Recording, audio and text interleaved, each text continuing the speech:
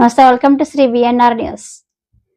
లంచం అడిగితే కాల్ చేయండి. ACP DSP Madanapalle sub register కార్యాలయంలో లంచాలు వసూలు చేస్తున్నారనే ఆరోపణలపై సోమవారం ఏసీబీ అధికారులు దాడులు నిర్వహించారు.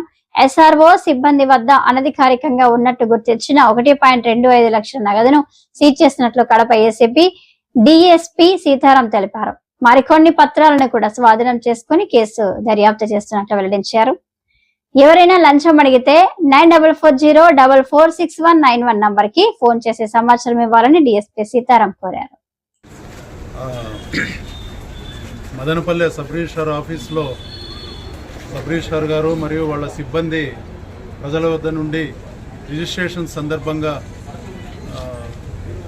నిర్దేశించినటువంటి ఫీజులకు మించి ఎక్కువ డబ్బును లంచంగా వసూలు చేస్తున్నారని చెప్పి ఉన్నటువంటి సమాచారం మేరకు కడప ఏసీబీ డిఎస్పీ అయిన నేను, మా సిబ్బంది అధికారులు మరియు సిబ్బంది ఆధ్వర్యంలో నిన్న సాయంత్రం నుంచి చేపట్టినటువంటి తనిఖీల్లో భాగంగా నిన్న ఈవినింగ్ 1,25,000 రూపాయల డబ్బును మొట్టమొదటగా స్వాధీనంలోకి తీసుకోవడం జరిగింది.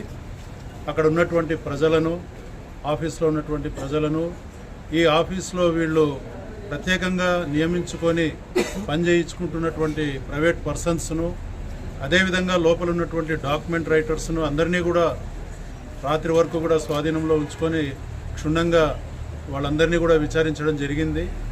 అదేవిధంగా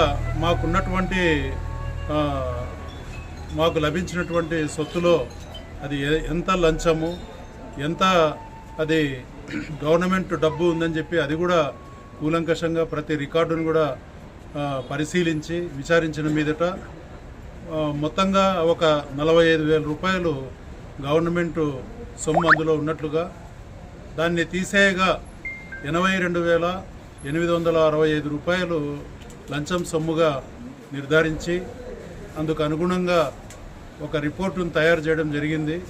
ఈ రిపోర్టును మా ఉన్నతాధికారులకు అటునుంచి గవర్నమెంట్కు పంపించడం జరుగుతుంది. అక్కడి నుంచి వచ్చేటటువంటి తదుపరి ఉత్తర్వుల మేరకు చర్యలు తీసుకోవడం జరుగుతుంది.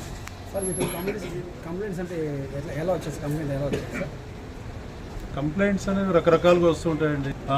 1064 ద్వారా కానీ, డైరెక్ట్గా నాకు ఫోన్ చేయడం ద్వారా కానీ, లేదంటే ప్రజలు ఉన్నటువంటి సమాచారాన్ని నాకు లెటర్స్ ద్వారా తెలియజేయడం ద్వారా కానీ రకరకాల మార్గాల్లో ఏసీబీకి వస్తూ ఉంటాయి.